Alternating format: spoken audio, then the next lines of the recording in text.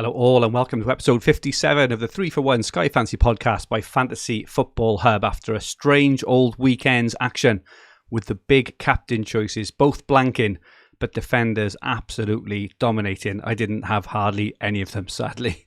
My name is Fergi and I'm joined tonight by two of the most successful Sky managers in the game.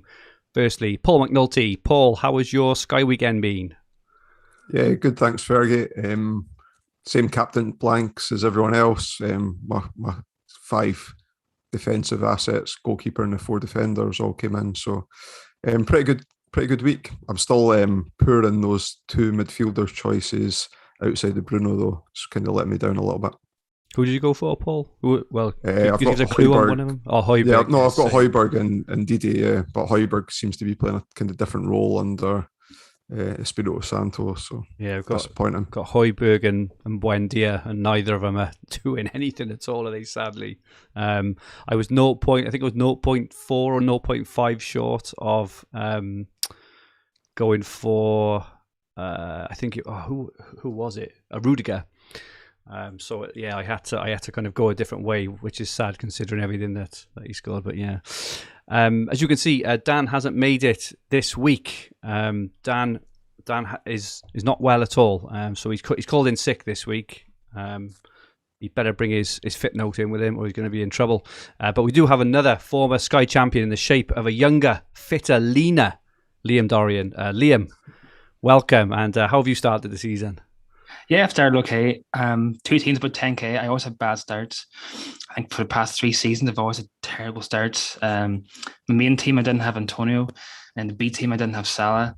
So that's kind of affected me. And then seeing Paul in midfield, I've got Gundogan. So I was kind of panicking all week, thinking he's going to be out. But then he came back, and he started, and then he got a yellow card, and he got subbed off. So bit of anticlimax, but hopefully he can score an Arsenal. But yeah, I've had an okay start. Hopefully I can just get it. If I get around 7 or 8k for overhaul, I'll be happy. Can we be in the back? Decent.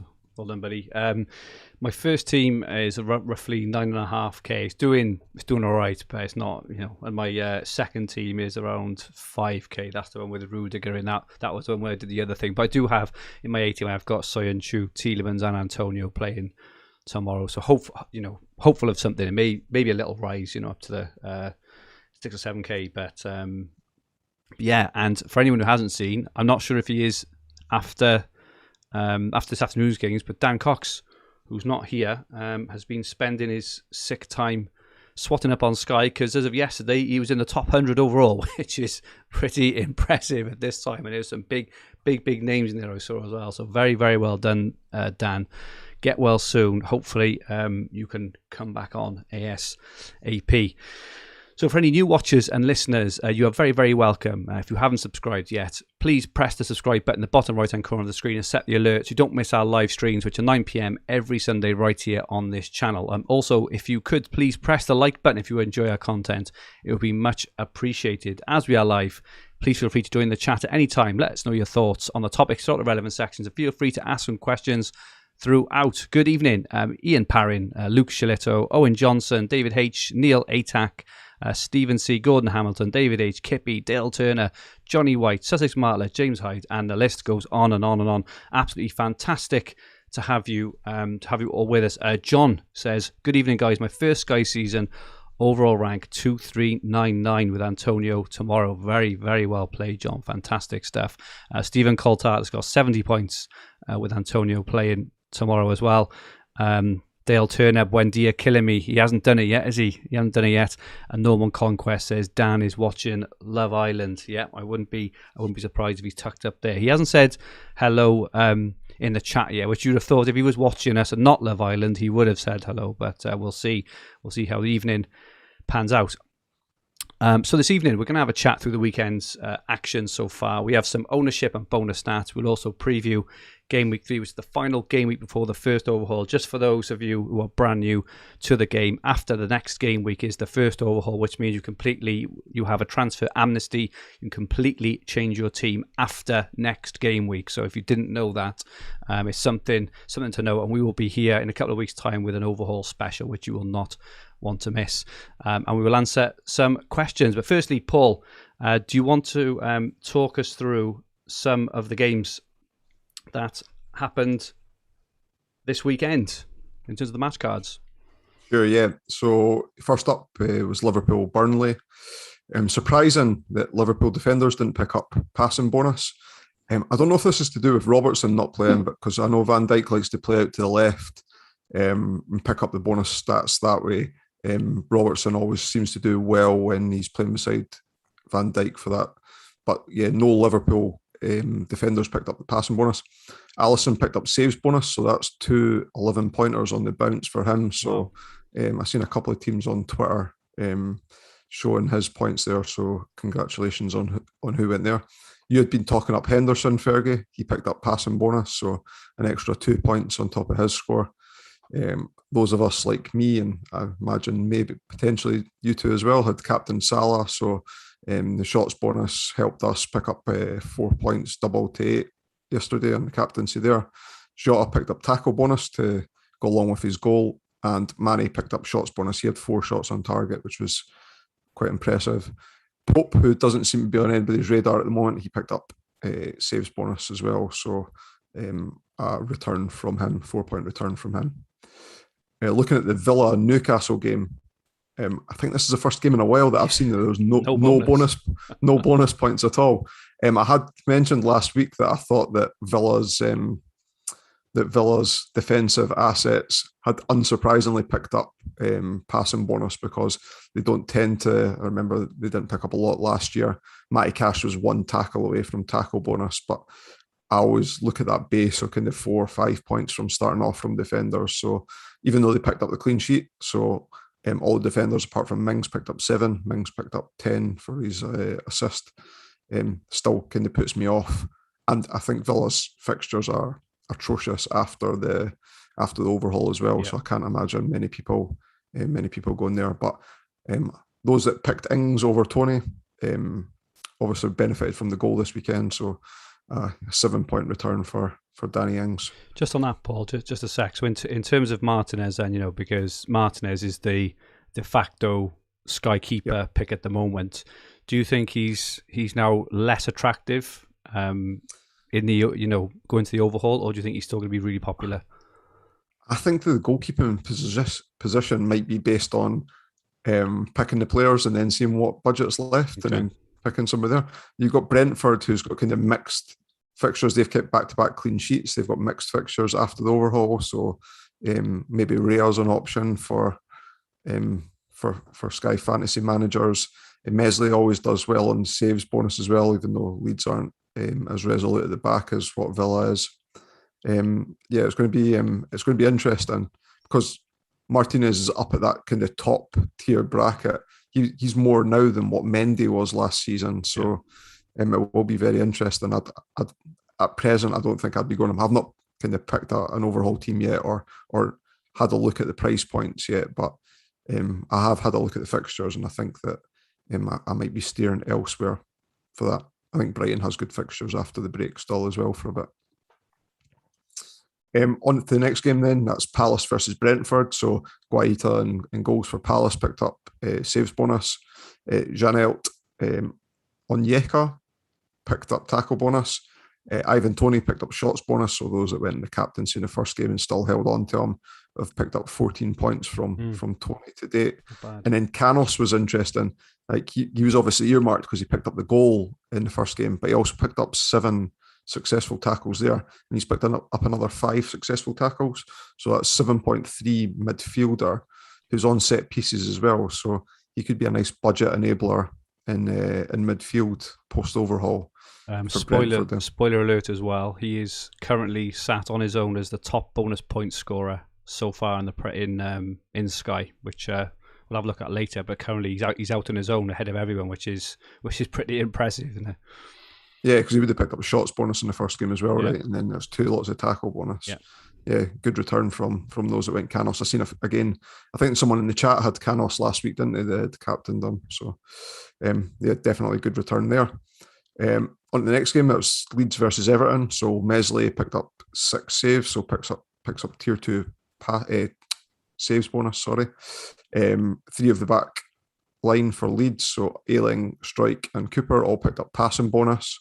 unsurprisingly, we know that Leeds dominate possession against teams kind of out with the top four. Dallas picked up tackle bonus, and then Click, and probably the more well-owned Rafinha picked up shots bonus. So Rafinha, a nice 10-point return there. For Everton, Alan picked up tackle bonus. We kind of briefly talked about him pre-season. He might have come back as an option for us. Calvert-Lewin picked up 4 shots, so that's tier 2 shots bonus. He looks really dangerous, don't he? And he's on pens now. Yeah, I think a standalone captaincy day for Everton post-overhaul. I think he'll be up there with Salah and Bruno in terms of the de facto picks. Something I found really surprising in that game. Do you remember when Michael Keane was picking up passing bonus quite a lot last season? 8 passes. 8 passes. What's going on there? Christ. Yeah, it was very surprising that Everton backline doesn't Benitez doesn't seem to be playing out from the back. I know it's against Leeds, so it's hard to judge that, but that's 2 games when they've been way off the passes. So I can't imagine many people that look at the bonus stats would be picking Everton defenders on that basis. That should be good for Brighton defenders next week. I think Brighton. Yeah, good shout. Especially Dunk Webster. I'd be very surprised if they didn't hit passing tiers via Everton. I did say we'll move on to Brighton, but I did say last week that I was kind of optimistic about my double up on Webster and Dunk moving forward on the two teams that they were playing next 2 games. City versus Norwich 5-0. So we know that City defenders pick up passing bonus quite regularly, as the 4 did there. So Walker, Diaz, Laporte, and Cancelo. Cancelo narrowly missed out on tackles, so unlucky for those that picked Cancelo at the start of the game. Rodri picked up passing bonus, and Jesus picked up passing bonus as well, which was quite surprising. He felt like he was playing kind of more out wide, didn't he? And Torres was more in the middle. And then Lees Mello from Norwich picked up tackle bonus, so tier 2 tackles. He might be someone that I'd consider at the overall 6.7 million.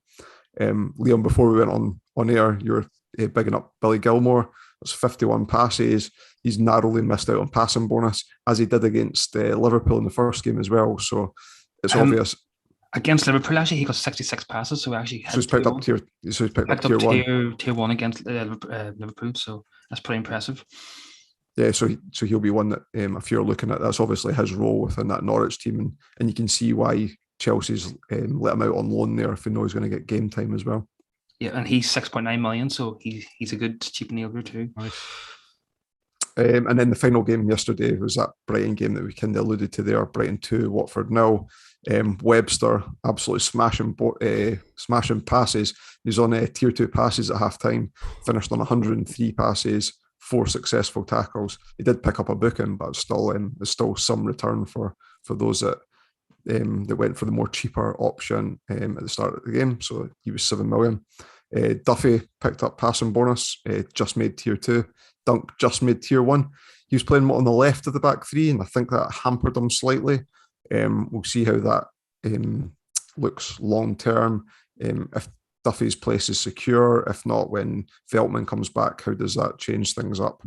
I'm not sure, but Dunk did look kind of isolated more in the first half. He was picking up the ball a bit more in the second half. Lallana picked up passing bonus. Bissouma, who I thought was absolutely incredible yesterday, fantastic, picked up tier 2 tackles.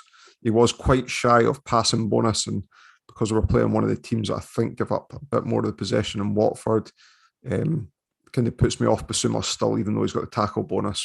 I don't think he'll pick up passing bonus very often. McAllister picked up tackle bonus, like very lowly owned. Troost-Ekong, 5.5 million for Watford. Their fixtures look okay after the overhaul. 63 passes. He could be a budget enabler from that Watford side. I didn't think he wasn't by far one of the worst players there. Cathcart got taken off after 65 minutes, so you can see that he wasn't the fall guy for the easy chances that they were giving up. And then looking at today's games, so we had 3 games today: Southampton, Man United. De Gea picked up saves bonus. Jack Stevens picked up tackle bonus. Romeo, my boy, he picked up tackle bonus, 6 successful tackles.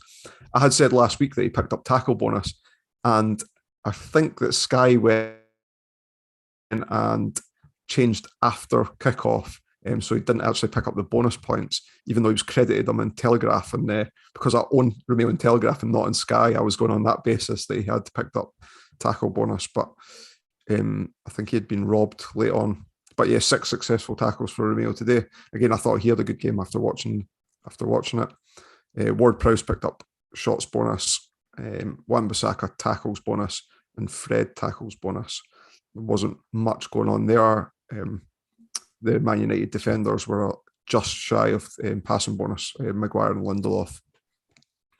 Wolves versus Spurs. Wolves on the Fantasy Hub ticker for the 6 games after overhaul have the 5th best lineup of games, and Kilman and Marçals both played and started both games for Wolves.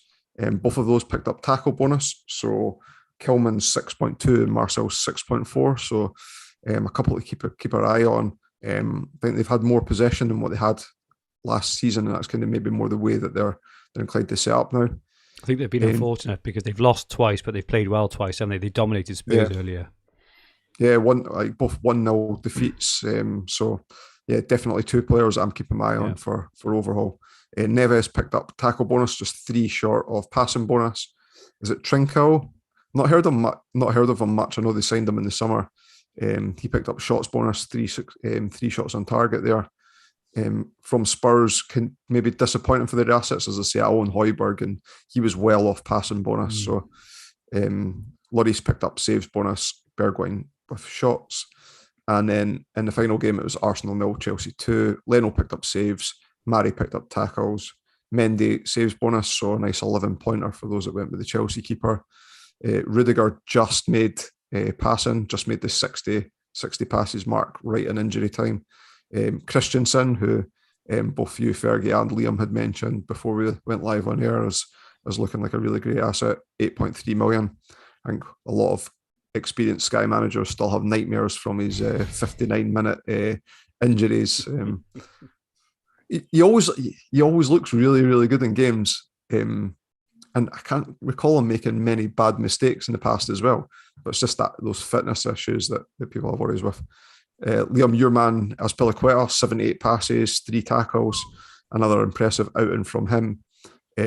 Dan's man, Reece James, he was 1 tackle short of bonus, 9 passes short of bonus, 1 shot off of bonus. But he picked up the assist in the goal. So it could have been an absolute monster from him, although it's still a nice return. Kovacic picked up passing bonus, and Lukaku picked up shots bonus from there. What did you make of Lukaku's performance? Obviously got the goal, took it, typical Lukaku sort of style, muscled in and get in. Liam, are you excited for Lukaku after overhaul, or do you think he's a bit of a weight still because of his price? Yeah, he's very good today. I think he's a beast, doesn't he? But then again, you think it's Arsenal, so you kind of take it with a pinch of salt. But yeah, he's definitely my plans. I think Chelsea's fixtures from Gameweek 7, they have great fixtures, so Lukaku's definitely going to be in my team. I don't know, overhaul maybe not to start because I think Everton leads of games. So, but definitely in Gameweek 7, he's going to be in my team. Oh, okay. Just catch me in the chat. JL says, Lukaku got to be in most teams. He's a monster. Tom prefers Rudiger, and Uncle Bob prefers both. And John says, I picked Webster over Dunk and Veltman only because of price. It's the way it goes, John. That is the way it goes. And Tom says, Chelsea literally don't look like conceding at all. Sussex Martler, Dan clearly boycotting the 3-for-1. Now bite size has become his baby. Absolutely not. We will always be his baby. And Joseph Robinson, Tom, Chelsea rotate a lot of the back. This is why I haven't gone for Christensen. In Sky and a couple of other formats. Is when Silva's back, they have they have the 4 centre backs, just the 3 spots, haven't they? I know Reece James sometimes swaps with Azpilicueta and stuff. It's very tough to nail it down. And even Mendy in goal isn't guaranteed to play every single game after last year either, is he? Because Tuchel loves to give Kepa a game as well, doesn't he? So, Paul Willis, really chuffed, 3rd year on Sky, 204 points, just behind Dan, and 648 rank with no transfers used. Very, very well played. And Fire and Blood says, yes, Chelsea defence will be tested next week. It'd be good to see next week that whole, Salah and Mane and whatever else against the Chelsea defence, it'd be good to spot, because if we go into the overhaul, then we've got a fair bit of data, even though 3 matches, or 3 games with isn't massive. I think we're starting to spot a couple of trends, like Everton don't pass at the back at all today, and neither do Villa, and all these little bits and pieces which are going to help us in the overhaul. Just quickly then look at the bonus points overall. So as I mentioned earlier, Fergi Canos is out on his own, 7.3 million, 8 points. So he's got 2 for shots, and as Paul mentioned, he's got the tackle bonus twice the max. So 7.3 million, he could be a snip. Jorginho has got 6 points. Tielemans has got 6, but he plays tomorrow as well, so he could actually become the highest scorer tomorrow. Liam Cooper has got 6. Christensen, as we mentioned, has got 6. Spilicueta has got 6. Kovacic, Rudiger, Dunk, Duffy. So a lot of Brighton and Chelsea in there as well. They look the teams to maybe target in terms of passive bonus at the moment. Nick Pope in there with 5 save points. Soucek, Messier, Calvert-Lewin, he always has lots of shots. He was good last year with a shot bonus as well, wasn't he, Calvert-Lewin? So yeah, we're starting to get a bit interesting there in terms of trends as we go into the overhaul. And both Brighton and Chelsea have actually got really good fixtures after the overhaul. Brighton all the way from game week 4 till 8 have got Brentford, Leicester, Palace, Arsenal, and Norwich, and Chelsea have got Villa, Spurs, Man City first, but after that they've got a run of games. It's absolutely sick. Southampton, Brentford, Norwich, Newcastle, Burnley, Leicester United, Watford, West Ham, and Leeds. So yeah, I think there'll be some heavy investment there in those teams. Just a quick look at overall ownerships. This is every player who's playing the game. Bruno is top with 52%. Salah just behind on 49. The highest owned players in the game, both blanking this weekend. Grealish on 32, Shaw on 27, and then we go down to Trent, Mount, and Maguire and Diaz. And top 1k ownership, which may be a little bit more meaningful now than it was last week. Bruno's ownership 96%, as is Salah's on 93%.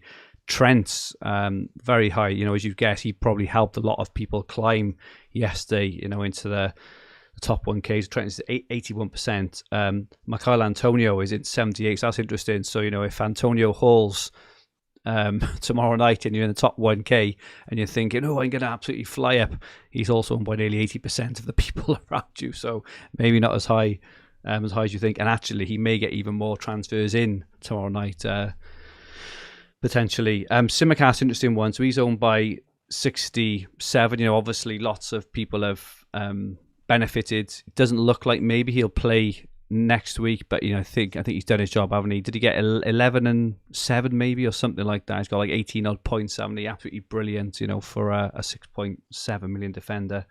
Tony, Diaz, and Martinez are the other highly owned players in the top 1K. Fergie, what you mentioned Salah's in 93% of the top 1K. What do you think his ownership would be tomorrow morning in the top 1K, knowing that? Yeah, that's a good point. Like some people, we kept that 0.1 back to move him to Kane, or a lot of people did. Some people might have moved him onto Son or even Lukaku today. If you were to hazard a guess at the top 1K ownership of Salah tomorrow, what do you think it will be? Yeah, that's an interesting one. I think a fair few would have done it, but because Kane, I think if Kane had started, I think it'd be a lot lower, because I think a lot would have gone for Kane, probably including myself actually. Mainly with like next week in mind as well, that that game at home to Watford, but because it was Son, I reckon he'll go down. I think it'll still be really high. I reckon 70%. What do you think, or do you think less? No, I think more. I think maybe between 80 and 85. Oh, really? You think it'd be that many? Yeah, but to what you're saying, I think the people in the top 1K, there is some experienced managers in there. When you had mentioned Dan was in the top 100 yesterday, there was 3 previous Sky winners that were in the top 100. Crazy, isn't it? So those guys, I don't think will be making transfers, or like, who am I to say? I've never won the game, right? But I think that there was more experienced managers nearer the top, which makes me think they might be coy on doing it a little bit. But I still think that it will be popular. So Coy? Around 80%. Sky managers, Coy? Are you mad? Flipping heck. Okay, so let's have a look now then into next week. So firstly, we have tomorrow evening, which is West Ham and Leicester. Liam, maybe a bit of an obvious one, potentially. Who do you think is the best captaincy option for tomorrow evening? I would say Antonio would be, as that's most people will go, but my team, I'm going Tielemans. I think West Ham, he should get passing bonus. Hope he might get tackles. My A team, I don't have Antonio, so I'm going Tielemans over Onshu, just because I think West Ham will probably score a goal, so I'm going safe with Tielemans. And then B team, I'm going Antonio. But yeah, I think Antonio will be popular. West Ham at home. Yeah, I just hope he don't score too many goals. I just hope Benrahma, he stays quiet. But yeah, and then I think after all, then I think West Ham, they're in Europa League. I think Antonio, we're not going to go near him because I think if you have Antonio and he's playing on a Thursday night, you're going to be hiding behind the couch, aren't you? But yeah, I just hope Tielemans can get passing tackles. Maybe we go. Yeah, okay. And then only the 2 game days left then until the overhaul. So all this planning and everything in a couple of days will all be dead and buried. It won't matter. We move, we go again, as they say. So on Saturday, we get to see the lineups, interestingly, actually, for Man City against Arsenal, obviously assuming that Kane won't have signed by then. And even if it has started moving, he's very likely to start that game, I would guess. Villa against Brentford at 3:00, Brighton against Everton at 3:00. What's a couple of good games there. Newcastle, Southampton at 3, Norwich and Leicester, and West Ham and Palace. We've got 5 3:00 games, and Liverpool and Chelsea at 5:30. Interesting captaincy day, this one. What are your thoughts on this one, Liam? My initial thoughts are I'm going Diaz. I think against Arsenal attacked, even play blunt, haven't they? I think Diaz, we should pick up passing bonus. The problem, like, if Diaz gets a clean sheet and tackle bonus, that's 10 points. And you think for Salah to match that, he has to get a goal and tier 2 shots, that's 9. And against Chelsea, they're very good defensively. I'm not too sure. I think Diaz probably plays safe. I think Ings, I had to start a few weeks back, the Ings, I might cover him, but I think Brentford pretty good defensively. The problem with Ings, the past 2 games, he's only got 1 shot on target. So that's not good. If he's getting like 2 or 3 shots on target, I would consider it. But I'm just going to play it safe. I think DS, just play safe. And Webster Dunk, I wouldn't even, they're kind of back in mind because I think they should get passing against Everton. But I think I'll keep it safe and I'll go DS and get them passing bonus in. No Antonio, home to Palace as a potential. Yes, I might go that in the B team, but I think A team, I'll just go a bit safe and I'll just play DS, get the passing bonus. Okay. Paul, any further thoughts on that match day? I don't own Mahrez, but if I did, I'd be considering him if he started at home to Arsenal.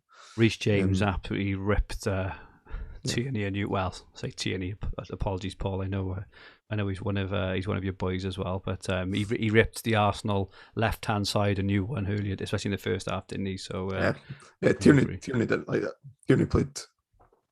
It wasn't at his best today. Let's say.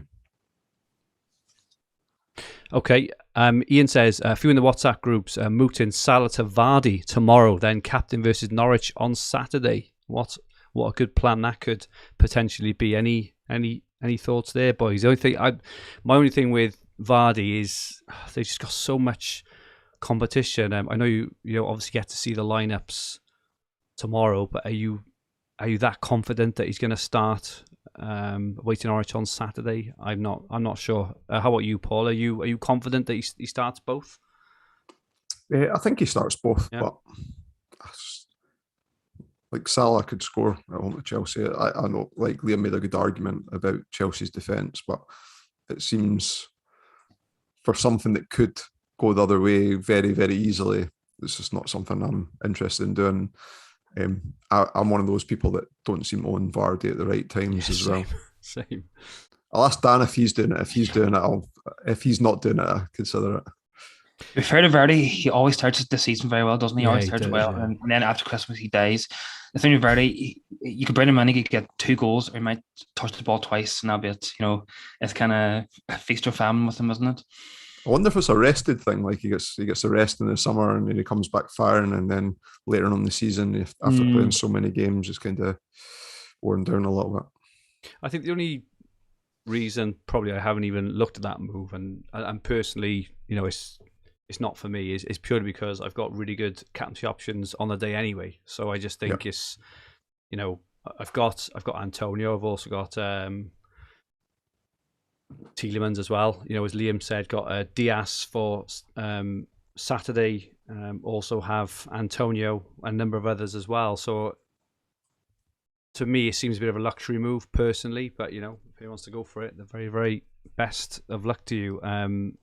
Harvey Barnes, Oliver, Paul, and Uncle Bob. Harvey Barnes 3-1 to score anytime tomorrow. Any thoughts on Barnes?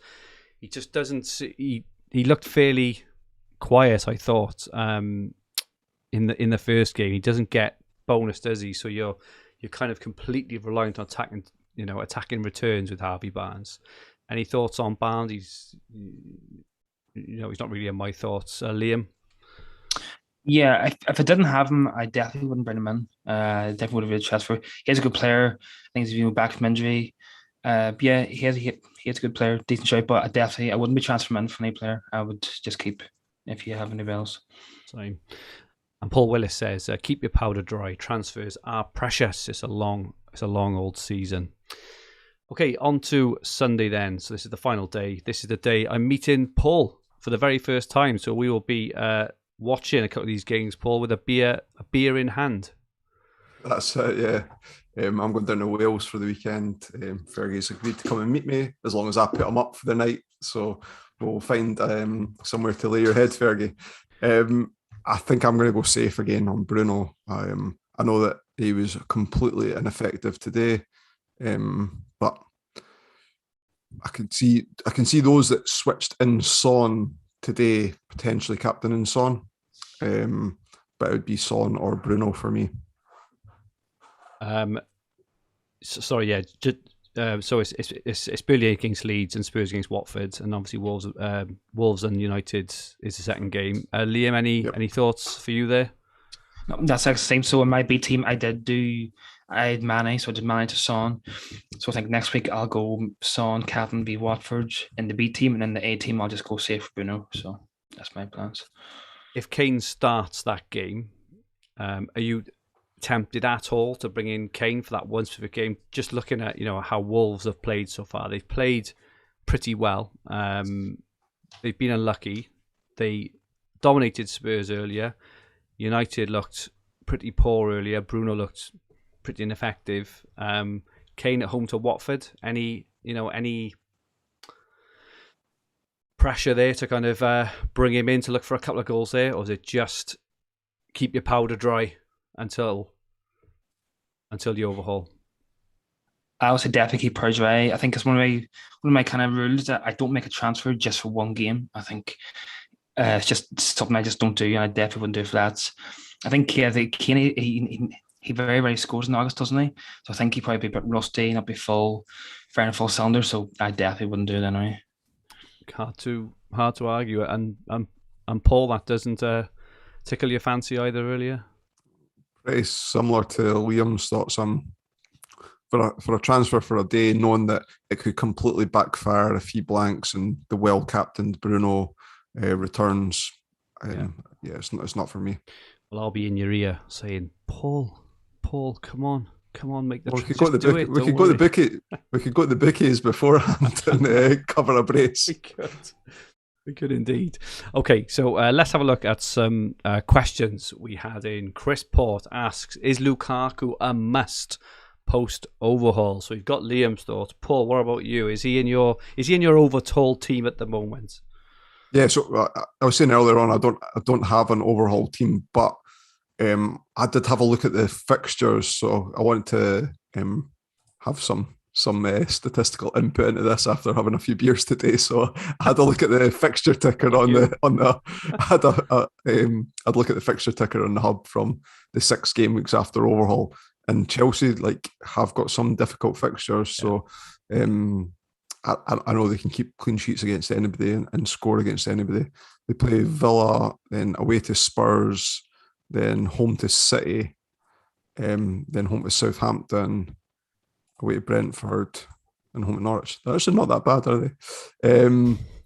I think it's that second and third game after the overhaul that I'm not overly fussy for, and I wouldn't be captaining them. I do like the game against Villa, and could I captain him there, or would I be captaining Bruno at home to Newcastle anyway? I think I'd probably be captaining Bruno over him regardless. So I think for his price, I think I'll have a plan to get him in somehow later on down the line, and potentially wouldn't start with him. The captaincy requirements for Everton, I think Calvert-Lewin will be highly owned. If Salah can play with that situation with going to a red country on the travel list for COVID, if he comes back against Leeds, I would fancy owning him as well. So there's Calvert-Lewin and Salah, who are already pricey. Probably going to want a few pricey defenders in. Probably want Bruno in as well. So more a plan to get him in, I think, for me. So we're all on Dennis then as the third striker at 5.5. I watched that game yesterday and thought he was dreadful as well. So okay. Well, I have a question. Who would you captain, like Lukaku or Chelsea defender? See, like a game against like Norwich at home, Newcastle away, Burnley at home. Would you go Lukaku or Chelsea defender? I'd captain Lukaku in home games, but see if it was away to like Burnley or something like that, I think I would captain Rudiger. Okay, a really good question from Mark Wright. Who do we think partners Diaz post-overhaul? Does Laporte keep the shirt as the man in possession, or is he keeping Stones' place warm, or is he keeping Ake's place warm? Because Ake played last week. Can we see rotation? I mean, it's so tough. I'm not actually sure what is going on with Stones. Is he injured or something, or is he still kind of having his Euros break? But he's just not there, is he? But he finished. I think the word from City was he wasn't fit enough. Okay, but I think that's why for Sky, I think it's better to pay the extra $1 million for Diaz, because I think Diaz, is going to start every game. Yeah. Whereas you go Stones or Laporte, you don't know. So I think pay the extra $1 million and you can just rest easy. He's going to start every game. Yeah, I'd personally avoid anyone else apart from Diaz. Maybe I'd go for Cancelo as well, I think, because he's for the games he misses for clean sheets, he tends to clean up bonus as well, doesn't he, when when he does play. So I think he's good option. And obviously Edison, 9-point Edison really, innit? Because he barely has to make a save. Jonathan Maloney, stay away from Stones and Laporte, and until it settles down and it becomes really, really clear, I think, he should just definitely leave it. He tends to start off the season rotating around, and then he finds his core players, don't he? And then after that, it's you kind of know who to pick, but you don't want to be making a transfer a week or two after the overhaul because your player ain't playing. Especially when there's a lot of obvious players. We've mentioned Rudiger, Christensen, there'll be Van Dijk, Trent. All these players, Webster, Dunk. There's a lot of options. So. We've already asked this one, but FPL heavyweight and Sky FF, anyone thinks Salah to Vardy sounds appealing? So I don't think so personally, only because, as I say, I've already got captaincy options. Are any of you guys tempted at all, or just are you just in on your plan? I'm just sticking to a plan. I think I usually have my plans. I try and stick to as much as I can, and I try not to make any rash decisions. So I just stick to my plan. Yeah, especially for the first 3 games. And Paul, same? Yeah, I brought in Vardy when he played against Newcastle last season. He kept a clean sheet. I don't even know what I'm talking about. Yeah, he got an assist, so he got 5-point return. I captained him, so doubled up. But I took the captaincy off De Bruyne, who was at home to Chelsea, and went on a masterclass against them. And I just get punished every time I try and do something smart with Vardy. I won't be going near him. Okay. Oh, just well, I remember this is mainly more for FPL because we've got the overhaul, so we're quite fortunate, right? But there is a government review. I was having a look earlier, as I say, mainly more for FPL, but there is a government review of the amber lists. It's either going to be Wednesday or Thursday this week, because obviously there's been chat of potentially players like Rafinha and Salah, and anyone who plays for Brazil or Egypt or anyone who's playing against teams in Brazil or Egypt. So, for example, Antonio, if he's called up for Jamaica, I think they have a game in one of these red list countries and stuff. So, in the overhaul, what we'll obviously do in our overhaul kind of episode or overhaul special is take that into account, right, when we're playing our teams. But fortunately, it doesn't really affect Sky, I don't think, at all, does it? Because I think it's after game week 3 and then obviously before game week 4 in Sky. So I think we're okay. Sam Guy, Paul Romeo on the menu. Is he on the menu as a cheap midfielder again? Hit tackles bonus tier 2 today and was a beast at times last year before injury. Is he someone you're seriously considering after overhaul? I just don't like the price rise, which is evident why he got the price rise, because his points per game per million was up there with the other players that are in his position. But I'll assess in the international break, have a look at, see how he compares to like Ndidi, who's slightly cheaper but potentially offers passing bonus as well. So I'll have a comparison around about that price point. Although Højbjerg will definitely not be making anywhere near my team based on his seemingly positional change. Okay. Ian Parrin asks, are Arsenal good enough to be considered too good to go down? So I'm a Spurs fan, so I can answer because I'll get into trouble. Liam, are Arsenal too good to go down? Yeah, I don't think they go down, but I think they might have a bad season. The only thing, Arsenal, they don't have Europa League this year, no Conference League. Yeah, it's good for sure. So I think they might. I think it's a bad start, but I think they'll finish mid-table. I think they'll not go down. Jeff Burns asks, Buendia to Benrahma tomorrow night or just leave it? My answer would be, if you've got a captain, I would just go with it. If you haven't got a captain, Paul, if Jeff hasn't got a captain tomorrow night, would you go Buendia to Benrahma or leave it? If it doesn't have a captain, I definitely would. I always think that you get in trouble messing around in that 8 million price bracket. Yeah. I said it last season. It's always the same. It's a 2-2-2, 10-10, 2-2-2 type bracket. And players always go on runs of blanking, and hence the reason that they're at that price, I think. But they have the potential to turn around some scores, like, your Zahas, your Harvey Barneses, other players around. Buendia and Benrahma, the two that were mentioned there. Okay. Tom Hartnell has just said, actually, even regardless of the red list, the South American players play the day before the Prem starts again. So if that's the case, you would expect that all those players would definitely miss game week 4, which would make planning very interesting, because Salah has got Leeds, haven't he? But after that, I think he's got Palace.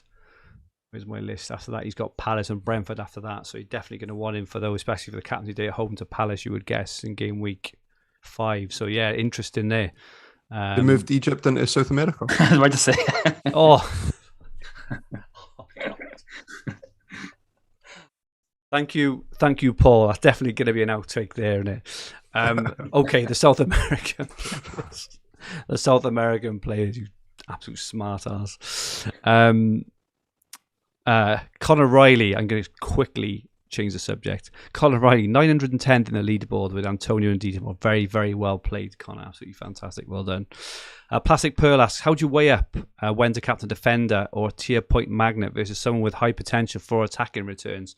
Paul just kind of mentioned earlier something which definitely plays. I'm very big on kind of home and away. Obviously, last year with COVID, it was a bit different, right? But normally, I tend to go, for the home and away thing. Lukaku at home, Rudiger away, just as an example. But yeah, it's the eternal question, Paul. I think, Pearl. It's how you feel. It kind of it's how you feel sometimes, even on the day, knowing what about injuries or how the last game went and all this stuff.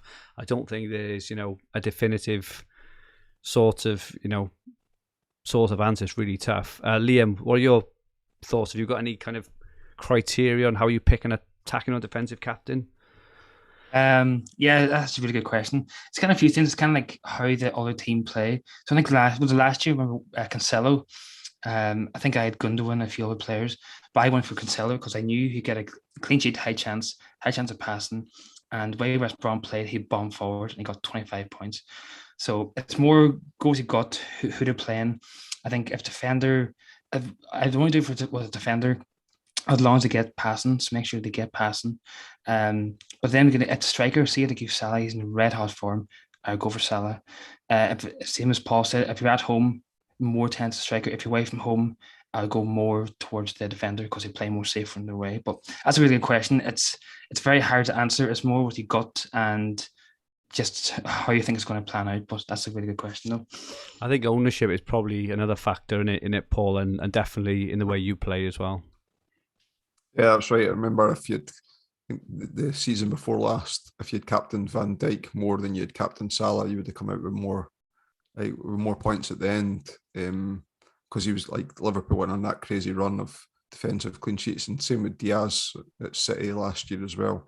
Yeah, but if they were playing like a bottom six team, I would always still veer on the side of caution and probably captain the attacker at home, especially like Salah, when you know he's going to be captained by like 90% of active managers. Yeah.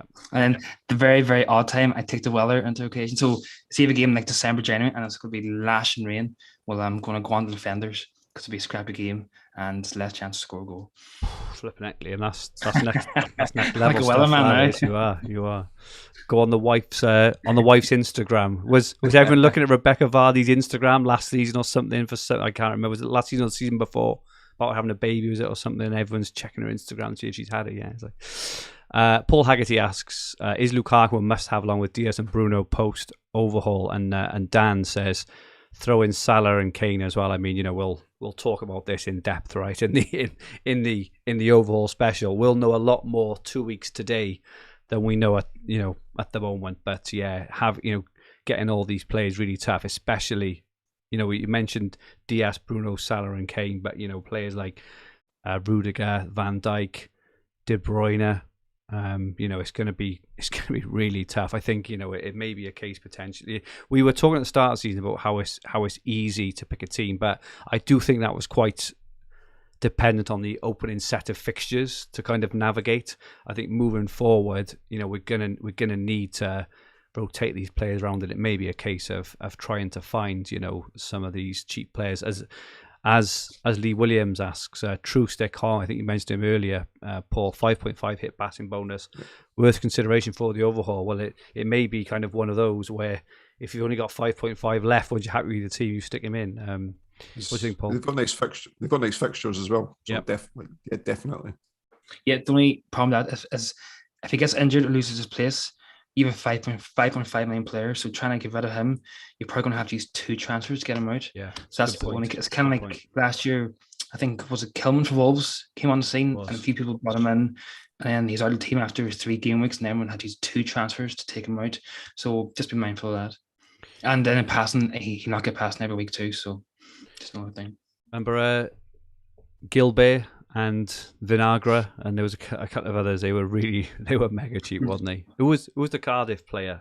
Callum Patterson was. Callum Patterson played for Hearts before. He plays a striker. He was a defender, but plays a striker. He was an out of position striker.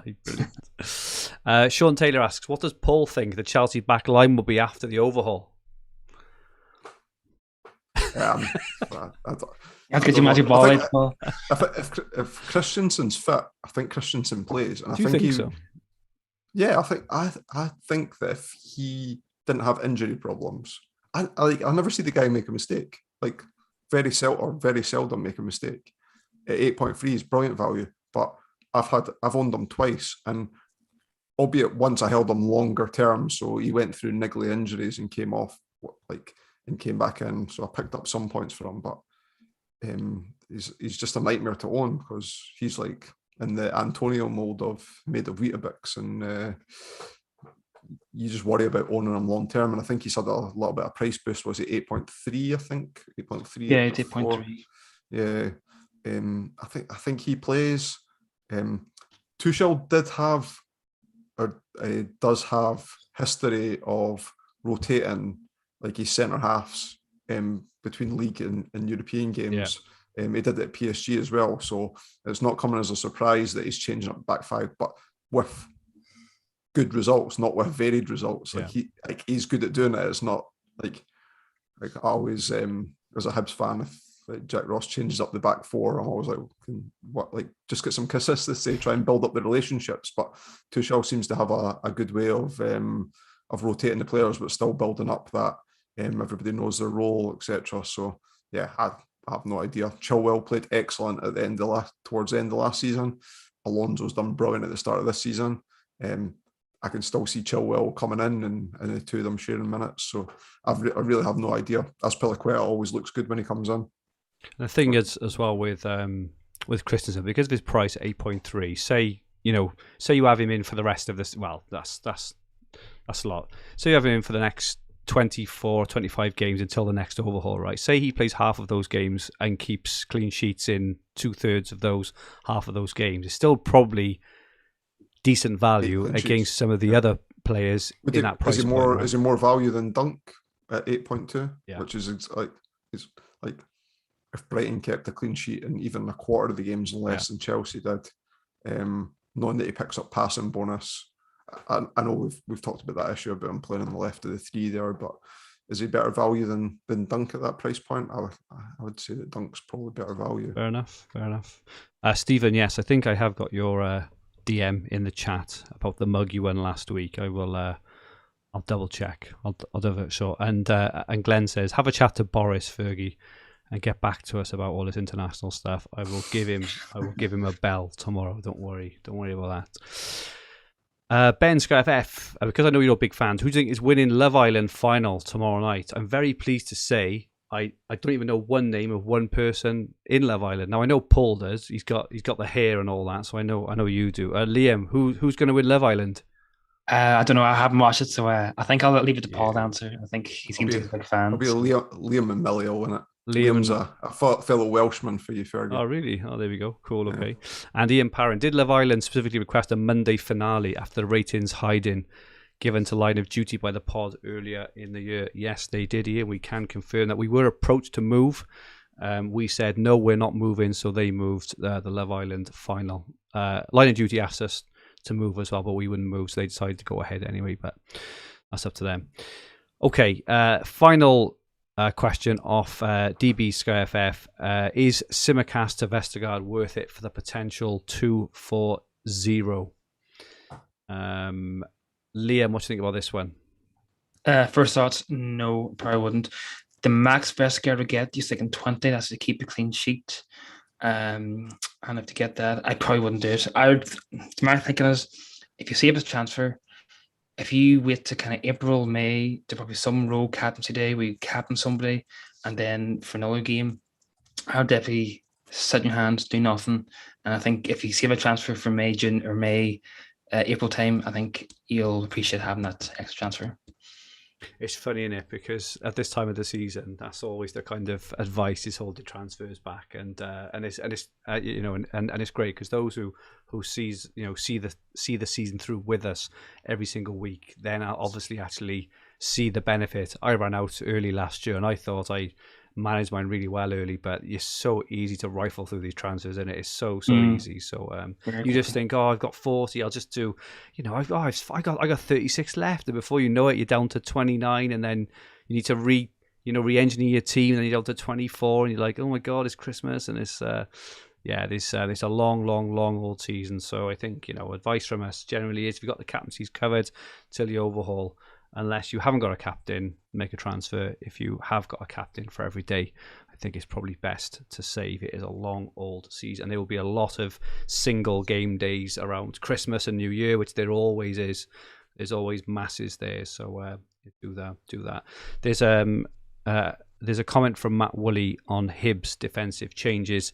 I'm not going to read that out because I don't want to lose 2/3 of the lobby, Paul. I am very, very sorry. Okay, the Fantasy Football Hub £500 Members League. There was a question earlier. Sorry, I missed who it was from in the chat. But if you are a Fantasy Football Hub member, there is an article on the Hub website. If you search for Sky League or Sky Pride, if you're stuck, drop me a DM and I'll point you through the article. But if you are a member, you can still join. I think it's till the end of September, I want to say. But in 10th place in the league so far, Ashley Howell, he went up 100 places. So he went from 110th to 10th in one day, which is pretty impressive. He probably had like a block Chelsea defence or something along those lines, I would guess. Brendan Walsh also flew up. Look at this. Craig Johnson went up 199 places to 8th, so he must have had a massive block defence. My goodness. Ryan West. Ash Fields also went up 100 places. Gregor MacDonald. Elsie Bishop is in 4th. Daniel Bright's in 3rd. John Kerr is in 2nd. And also John Kerr's second team has gone up from 46th to 1st in this league in one day. Very, very well played, John Kerr. 1st and 2nd at the moment with 2 different teams because he's on different points. Very well played, and very well played to everyone there in the top 10 of the Hub League there. And the Four Nations League, starting from the bottom, Ian Parrin's second team, then Liam's team's currently in 8th and 9th. Liam, the notorious slow starter, only just followed by my 1st and 2nd team at the moment as well. So mine are in 6th and 7th on 184 and 176. Paul is in on 184. Dan, Sky Bite Size. Look at this. He's got a Sky Bite Size team, but he hasn't got a Fantasy Football Hub or 3-for-1 team, is he? I tell you what, he's taking liberties that boy. On 186 as well. Paul, then 192. Ian on 205, but Dan 210, top of the shop. England at the moment, cruising, absolutely cruising in the Four Nations League in the shape of Dan and Ian. So very, very well played. Everyone there. Just to catch up with some of the chat, Paul, we've had some comments. We've had about 5 or 6 comments about your volume. Good or bad? Good. They've said they don't have to turn you up anymore, and it's not the volume. For those who didn't listen last week, bear in mind we've been doing this podcast now for over 18 months. Paul didn't think to flick the on switch on his microphone. That's not true, Fergie, but it's kind of true. The on switch was on. It was the settings within Zoom that was the problem. And you were even talking into the microphone like this. We were like, Paul, we can't hear you. And Paul was getting very, very frustrated, but he's mastered it now. He's worked out. Bear in mind, Paul's job is in information technology, software, not hardware. Software, not hardware. He has worked out how to work his microphone. Many, many congratulations, Paul. I'm incredibly proud of you. I'm sure you'll give me a slap next week when you see me. Okay, so that is it for this week, and indeed that is it this side of the overhaul with only 3 game days left. We're going to be back, so we're not here next week, obviously, because there's no games, but we'll be back the week after that. We'll have so much more information as well, in terms of all the international stuff, in terms of injuries and more form. The transfer deadline will have come and gone as well, so all those final transfers have all been sorted. So we'll be back 2 weeks today. So Sunday at 9 p.m. on the 5th of September. I'm not here next Sunday. Paul and I are going out to paint the bowling teams, the bowling club red. Is that right, Paul? Yes. Brilliant. Okay. Okay. So Paul, where can we find you? Twitter at Paul McAnulty 1, MCANULTY. Fantastic. And Liam, thank you so much for joining us. As usual, class act as usual, Liam. Better looking than Dan as well. But that's obviously open to opinion. Liam, where can we find you? Yeah. Find me on Twitter at Dorian Liam, so DORRIAN and then Liam. Super. Yeah, thankfully I am much younger than Dan too. So you are, mate. You've got a lot going for you. I'm bringing the average age down on the podcast. You do. You're right. That's everything to help. You do. Harsh. And every one of us has won, Dan, Liam, myself, Paul, every one of us has won a fantasy game. And we, Paul. My Twitter handle is at FFH_Fergie. So this podcast and video will be on the Fantasy Football Hub, Sky and TFF YouTube channel, and also available in all major podcast platforms. If you like what you watch, please click the like button. If you liked Paul's volume, please click the like button. Remember to subscribe in the bottom right-hand corner of the screen. If you enjoyed your listen, please rate the podcast on Apple Podcasts. Drop us 5 stars and leave some comments. Tell us what you enjoy. Tell us what we can improve. We really, really do appreciate it. Our handles on Twitter, Instagram, and TikTok are at FFH_HQ, and our podcast Twitter handle is at FFH_Sky. So please feel free to follow and ask us any questions. We did pass 2,000 followers on our dedicated at FFH_Sky handle. So thank you so much, everyone. Really appreciate that. The ratings are in off John. Best beard, Fergi. Unlucky gents. I'm the only one with a beard. Or Liam has got like a little beard there. So Fergie's got the best beard. Best accent is Liam, and best microphone settings is Paul. Thank you for that, John. Love that little league there. Absolute class. Our website is fantasyfootballhub.co.uk. Where you'll find everything you need for fantasy football all under one roof, including player comparison tools, the fixture ticker, Opta stats, top player team reveals. We say it every week. If you're not a member, what the hell are you doing? You should be a member of fantasyfootballhub.co.uk. The link is in the description below. We will be back a week Sunday, the 5th of September, for a massive overhaul special. You don't want to miss it. It's our biggest one of the season. It's absolutely brilliant. Make sure you're there with us at 9 p.m. Okay, stay safe and good night all.